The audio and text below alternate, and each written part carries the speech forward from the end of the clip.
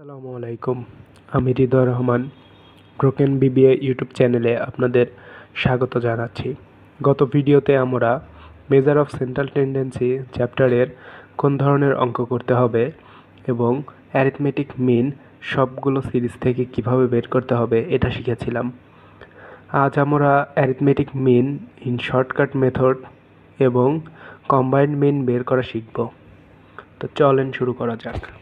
আমরা একটি উদাহরণ দেখে নেই। এখানে স্ক্রিনে আমরা উদাহরণটি দেখতে পাচ্ছি। বলেছে calculate arithmetic mean in shortcut method from the following data. এখানে অ্যারিথমেটিক মিন বের করার জন্য আমাদের প্রথমেই একটি ছক তৈরি করে নিতে হবে, যেখানে 5টি কলাম থাকবে এবং কলামের উপরে wages, mid value, D, number of students এবং এফডি থাকবে। এখানে আমরা ওয়েজেস তো প্রশ্নেই দেওয়া আছে, ওয়েজেস বসিয়ে দেব। মিড ভ্যালু যেটা আছে আমরা গত ক্লাসে বের করা শিখেছি, আবারও শিখব। এবং ডি এবং এফডি বের করা একটু পরে আমরা আসতেছি এদিকে। নাম্বার অফ স্টুডেন্টস তো দেওয়াই আছে, এটা বসিয়ে দেব শুধু। তো মিড ভ্যালু বের করা এবার। আমরা জানি শ্রেণীর নিম্ন সীমা এবং উচ্চ সীমা যোগ করে 2 দিয়ে ভাগ করলেই মিড ভ্যালু বের হয়ে যাবে। তো একইভাবে 20 যোগ 30 করে 2 দিয়ে ভাগ দিলে 25 বের হয়ে যাবে। সেমভাবে প্রত্যেকটাই মিড ভ্যালু আমরা এখানে বের করে নিয়েছি। তো এবার আসলাম ডিতে। ডি বের করার জন্য প্রথমেই আমাদের একটি সূত্র মনে রাখতে হবে, যেটি হচ্ছে x minus A divided by C. এখানে এক্স কোনটি, এ কোনটি এবং সি কোনটি, এটা নিয়ে আমাদের অনেকের কনফিউশন হয়ে থাকে।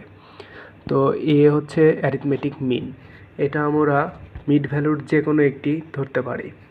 এখানে আমি 45কে ধরেছি, আপনারা ইচ্ছা করলে 35, 55, 65 যে কোনোটাকেই ধরতে পারেন, এটা যার যার ইচ্ছার উপর। আমি এখানে 45কে ধরেছি, এটি হচ্ছে এ। এখানে সি হলো শ্রেণী ব্যবধান দেওয়া আছে হলো 10 থেকে 20-এর মধ্যে পার্থক্য 10, অর্থাৎ শ্রেণী ব্যবধান 10। আমরা এ চিনেছি, সি চিনেছি, এবার চিনতে হবে এক্স। এক এক সময় এক এক মান হবে, অর্থাৎ যখন আমরা 30 থেকে 40-এর ঘরে যাব তখন এক্স হবে 35। সেই সময় যদি আমরা সূত্রতে মান বসাই, এক্সের যদি মান 35 হয় তাহলে এর মান হলো 45 এবং সি এর মান হলো 10। তাহলে 35 বিয়োগ 45 ভাগ 10 করলে উত্তর আসবে -1। আবার 20 থেকে 30-এর ঘরে যখন যাব তখন 25 হবে এক্স, অর্থাৎ 25 বিয়োগ 45 ভাগ 10 করলে হবে হচ্ছে -2। একইভাবে 10 থেকে 20-এর ঘরেও সেমভাবে উত্তর আসবে -3। কিন্তু যখন নিচের দিকে আসব তখন আবার, অর্থাৎ 50 থেকে 60-এর ঘরে যখন আসব তখন 55 হয়ে যাবে এক্স, এবং 55 থেকে যদি আমরা 45 বিয়োগ করি এবং 10 দিয়ে ভাগ করি তাহলে হয়ে যাবে 1। একইভাবে যদি আমরা 60 থেকে 70-এর ঘরের দিকে তাকাই তাহলে 65 হয়ে যাবে এক্স। তাহলে আমরা 65 বিয়োগ 45 ভাগ 10 করলে উত্তর আসবে 2। 70 থেকে 80-এর ঘরে 75 হয়ে যাবে এক্স, 75 বিয়োগ 45 ভাগ 10 করলে উত্তর হবে 3। এভাবে আমরা টি বের করব। নাম্বার অফ স্টুডেন্টস যেটা প্রশ্নেই দেওয়া আছে, আমরা শুধু বসিয়ে দেব মান। এবার এফডি বের করা খুবই সহজ। নাম্বার অফ স্টুডেন্টস যেটা আছে এটা ডি এর সাথে গুণ করে দিলেই হয়ে যাবে এফডি। প্রত্যেকটা আমরা এরকমভাবে গুণন করে দেব এবং এফডি বের করব। এবার সামেশন অফ এফডি বের করার জন্য প্রত্যেকটা যোগ করে দেব, তাহলেই সামেশন অফ এফডি বের হয়ে আসবে। এবং নাম্বার অফ স্টুডেন্টস প্রত্যেকটা যোগ করলেই এন এর মান বের হয়ে আসবে। এখন আমাদের টেবিল করা শেষ, তাহলে আমরা উত্তরের দিকে যাই। তাহলে প্রথমে আমরা দেখতে পাচ্ছি এখানে এন এর মান 50 এবং সামেশন অফ এফডি এর মান হচ্ছে 20। তাহলে আমরা জানি অ্যারিথমেটিক মিন ইন শর্টকাট মেথডে বের করার জন্য সূত্র হলো a plus summation of f d divided by n গুণন সি। এখানে সব কিছুর মানই বের করা আছে। আমরা এর মান জানি 45, তারপরে এফডি সামেশন অফ এফডি এর মান 20, এন এর মান 50 এবং সি এর মান 10। এটা শুধু বসিয়ে দিলেই এর উত্তর চলে আসবে 49। এবার আমরা কম্বাইন্ড মিন বের করা শিখব। তো প্রথমে একটা উদাহরণ দেখে নেই। এখানে বলেছে there are 3 sections in BBA first year in Rajshahi college. The number of students in each section and the average marks obtained by them in the paper of accounting in the annual examination are as follows. অর্থাৎ এখানে রাজশাহী কলেজে BBA ডিপার্টমেন্টের 3টা সেকশনের ছাত্রদের marks, average marks এবং কতজন ছাত্রছাত্রী আছে সেটা দেয়া আছে। এখানে বলেছে find out the average marks obtain by the students of the 3 section taken together. এখানে আমাদের বের করতে হবে 3টা সেকশনকে এক জায়গায় করে যে মার্কস হবে সেটার অ্যাভারেজ কত হবে সেটা বের করতে বলছে। তো আমরা প্রথমেই দেখে নেব এখানে কি তথ্য দেয়া আছে।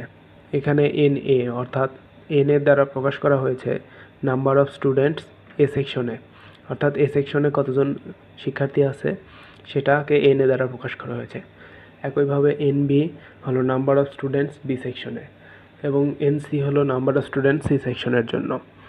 এখানে এক্স বার দ্বারা অ্যাভারেজ মার্কসকে বোঝানো হয়েছে, অর্থাৎ এক্স বার এ হলো এ সেকশনের অ্যাভারেজ মার্ক কত। একইভাবে বি এবং সি সেকশনের জন্য দেয়া আছে। তো কম্বাইন্ড মিন বের করার জন্য আমরা একটি সূত্র জানি, সেটা হচ্ছে কম্বাইন্ড মিন বের করার জন্য X bar ABC is equal to NA X bar A plus NB X bar B plus NC X bar C divided by NA plus NB plus NC। এটা হচ্ছে সূত্র। তো সব কিছু আমরা আগেই বের করে নিয়েছি, কোনটা কি এটা আমরা আগেই বলেছি। তো এখন শুধু মান বসিয়ে দিলেই এর উত্তর চলে আসবে 63.125। কম্বাইন্ড মিনের আমরা আরেকটা উদাহরণ দেখে আসি। তো এখানে বলেছে the mean wages of 1000 labour working in a factory running two shift of 700 and 300 workers respectively is টাকা 84। The mean of 700 laborers working morning shift is টাকা 90. Find out the mean wages of 300 workers working in the evening। অর্থাৎ বলেছে যে একটি ফ্যাক্টরিতে 1000 জন শ্রমিক কাজ করে যারা 2টা শিফটে কাজ করে। একটা শিফট হলো 700 জন লেবার কাজ করে এবং আরেকটা শিফটে 300 জন লেবার কাজ করে। তো তাদের হলো মোট গড় ইনকাম হলো 84 টাকা। এবার বলেছে যে সকালে যারা কাজ করে 700 জন লেবার, এদের গড় ইনকাম হলো 90 টাকা।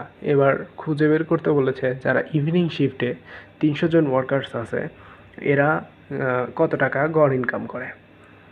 তো আমরা প্রথমেই এখানে লিখে নেব কি দেয়া আছে অঙ্কে। এখানে দেয়া আছে হলো মর্নিং শিফটে হচ্ছে 700 জন কাজ করে, যাকে আমরা প্রকাশ করেছি নাম্বার অফ এম দিয়ে। ইভিনিং শিফটে কাজ করে হলো 300 জন, যাকে আমরা প্রকাশ করেছি নাম্বার অফ ই দিয়ে। এবং এক্স বার এমই দ্বারা প্রকাশ করা হয়েছে যে মর্নিং এবং ইভিনিং শিফটে যারা মোট কাজ করে অর্থাৎ 1000 জন, তাদের গড় ইনকাম 84 টাকা। এবং শুধু সকালে যারা কাজ করে তাদের গড় ইনকাম হলো 90 টাকা। এবার আমরা কম্বাইন্ড মিন বের করার সূত্র এটা দেখে নেব। সূত্রটি হচ্ছে X bar M is equal to N number of M into X bar M plus number of E into X bar E divided by N number of M plus number of N. তো এখানে সব কিছুর মান আমরা আগেই বের করে রেখেছি, শুধু মার্কগুলো বসিয়ে দেব, তাহলেই উত্তর বের হয়ে আসবে 70। আজ এ পর্যন্তই শেষ। সামনের দিন আমরা মিডিয়ান এবং ডেসাইল করার চেষ্টা করব। সবাই ভালো থাকবেন।